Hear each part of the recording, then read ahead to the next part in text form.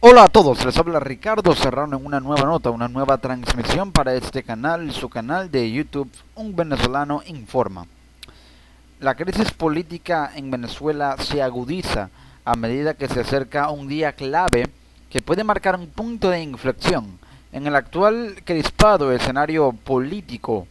pero también de tensión social y política que se vive o se ha vivido en las calles del país durante 104 días de protestas. Más de 3 meses de protestas es lo que ha ocurrido en Venezuela, con un saldo de 94 muertos, asesinados en su mayoría a manos de cuerpos de seguridad del Estado. Pero en Venezuela, la arbitrariedad del gobierno sigue generando fuertes repercusiones. La oposición se sigue pronunciando, pero los factores de sublevación también permanecen allí. Tal es el caso de la reaparición del piloto, el piloto del Cuerpo de Investigaciones Científicas Penales y Criminalísticas, Óscar Pérez, que se sublevó recientemente contra el gobierno, contra Nicolás Maduro. Reapareció en una nueva marcha opositora, una nueva concentración opositora, esta vez transmitiendo un mensaje no solamente de sublevación, sino de, concretamente, generar el 18 de julio una hora cero y una protesta o una jornada de protestas sin retorno. Esto también sucede el mismo día en que el Sindicato Nacional de Trabajadores de la Prensa y el Colegio Nacional de Periodistas se pronunciaron en contra de la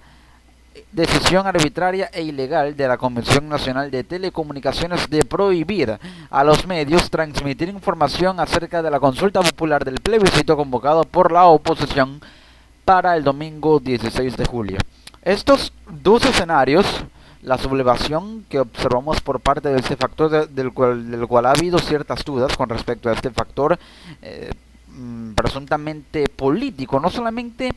en cuanto a pronunciamiento para generar una sublevación que pueda de alguna manera alterar la estabilidad de lo que el gobierno conciba como una invulnerabilidad que pueda tener, aunque prevalezca como un gobierno vulnerable, sino también el hecho de que actúa de manera arbitraria al determinar la decisión de que no sea transmitido ningún tipo de información con respecto al plebiscito, a la consulta popular convocada por la oposición para el 16 de julio. Y es que el Colegio Nacional de Periodistas considera arbitrario e ilegal esa decisión de CONATEL, la Comisión Nacional de Telecomunicaciones, el organismo encargado de regular las telecomunicaciones y las comunicaciones en el país, de prohibir la transmisión de información acerca de esta consulta. La seccional del Distrito Capital del Colegio Nacional de Periodistas alertó al país sobre los nuevos atentados a la libertad de expresión por parte de CONATEL al prohibir a los medios que informen sobre la consulta popular planeada para el domingo 16. El CNP condenó las actuaciones del ente regulador, que constituyen censura previa, la cual no solo está prohibida por el marco legal venezolano, sino que es contraria al ejercicio de los derechos humanos y además, según exigió el CNP al gobierno nacional, revisar las decisiones en contra de los ciudadanos y medios de comunicación para que se restablezcan las garantías plenas para el ejercicio de la libre expresión. Y de tal manera es que pueda darse una situación en la que esta censura signifique una evidencia más de que el gobierno actúa con total totalitarismo, que actúe con absolutismo, de tal manera que pueda esto evidenciarse ante la comunidad internacional como un vestigio más de pérdida de democracia en Venezuela. Y no solamente ello, sino una vulneración a la Constitución, o una vulneración más, una violación a un derecho humano como lo es el derecho a la comunicación, el derecho a la información, un derecho incluso constitucional. Pero claramente esto políticamente da muestras de que no hay posibilidad de que el gobierno maneje un cálculo político de manera tal que pueda prevenir que la información que se transmita en contra de la constituyente y que esta consulta, que será una jornada de medición de rechazo a la constituyente y de rechazo al gobierno más que de apoyo a la oposición, signifique que ese mismo día se mida la abstención que puede haber el 30 de julio en la elección de la constituyente, y que esto implique que de facto ya estaría cantado el resultado del 30 de julio, el resultado real que podría implicar una abstención. Es lo que busca evitar el gobierno ahora con esta censura sobre el proceso del plebiscito, aunque la oposición apelará a no solamente a las redes sociales, sino que a pesar de la censura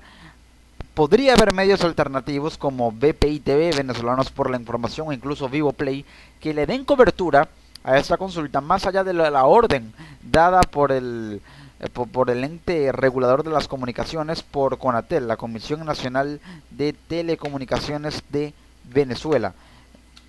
de tal manera que pueda darse esa situación y que la atención aumente, incluso para los días posteriores al 16 de julio. La libertad de expresión e información es un derecho fundamental consagrado en la Declaración Universal de los Derechos Humanos, cuyo artículo 19 establece lo siguiente: todo individuo tiene derecho a la libertad de opinión y de expresión. Este derecho incluye el no ser molestado a causa de opiniones, el de investigar y recibir informaciones y opiniones, y el de difundirla sin limitación de fronteras por cualquier medio de expresión. Es lo que reza este extracto del comunicado, y de hecho, por su parte, la Ley de Ejercicio del Periodista, en su artículo 5, inciso 5, señala como uno de sus fines, y cito, salvaguardar la libertad de expresión y el derecho a la información, razón por la cual el gobierno busca evitar que se difunda la información, razón por la cual el gremio periodístico ejecutará todas las acciones necesarias para defender estos derechos, incluso acciones judiciales que impliquen un amparo cautelar, incluso a la medida impuesta por el CONATEL, por la Comisión Nacional de Telecomunicaciones, para evitar la cobertura periodística a este hecho de gran relevancia y trascendencia para el país. En el plano institucional, la situación también da muestras de evolución, pero de una involución, mejor dicho, es decir, una evolución negativa que políticamente aumenta las tensiones en el país. Y es que los poderes públicos ahora desconocen a la Fiscalía General de la República. De hecho, la Contraloría General, el Tribunal Supremo de Justicia, el mismo Poder Ejecutivo, con representantes del alto mando político, tendrán una reunión. Así lo habían establecido en un comunicado. Para esa reunión que sostienen el 14 de julio, una reunión con la vicefiscal de facto designada por el Tribunal Supremo de Justicia, Catherine Harrington, para criterios jurídicos de seguridad del 30 de julio, es decir, manejar los criterios jurídicos que impliquen que cualquier acción delictiva, según lo que considera el CNE como acción delictiva, implicará no solamente la reubicación de los electores de ese centro de votación y su anulación de cara a las elecciones regionales, sino también aplicar sanciones contra quienes fomentan la violencia ese día para sabotear, según lo que alega el gobierno, la elección a la Asamblea Nacional Constituyente. Pero sobre esto se pronunció la Fiscalía, y de manera extraoficial se conoció que el organismo, Ministerio Público, pedirá un antejuicio de mérito contra el Contralor General de la República, Manuel Galindo, y el Procurador General por presuntas irregularidades administrativas. Ahora el Ministerio Público trata de hacer valer la figura del antejuicio para que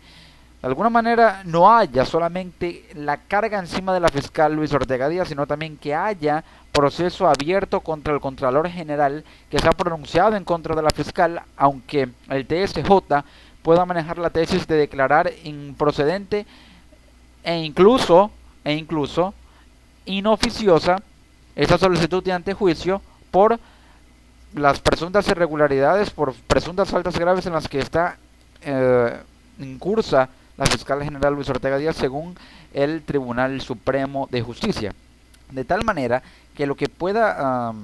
emanar de una posible decisión del TSJ sobre el antejuicio de mérito sea declararlo improcedente, y también sobre la situación con respecto a lo que la Fiscalía ahora busca o judicialmente iniciar contra la Procuraduría puede implicar que la representación que esté haciendo la Procuraduría presuntamente en nombre de Venezuela sea ilegal o carezca de validez según la interpretación jurídica. Ahora que la Procuraduría busque también atribuirse funciones del Ministerio Público, que ya lo ha hecho el Tribunal Supremo de Justicia al otorgárselas parcialmente a la Defensoría del Pueblo, pero para deslindarlo completamente de competencias y propiciar las condiciones para que el juicio se acelere y el resultado se acelere, que por cierto no se ha pronunciado en la sala plena del TCJ sobre la posible destitución a la fiscal general, atribuirle más competencias al Ministerio Público, esta vez a la Contraloría y a la Procuraduría General de la República. Así transcurre también este enfrentamiento institucional por conflicto de poderes y también de instituciones concretamente en Venezuela, en esta crisis política, las acciones del gobierno para impedir que mediáticamente adquiera mayor relevancia política de la que ya tiene la consulta del 16 de julio y evitar que esto implique cantar el resultado real que será la abstención, según lo que alega la oposición, del 30 de julio en el proceso a la Asamblea Nacional Constituyente.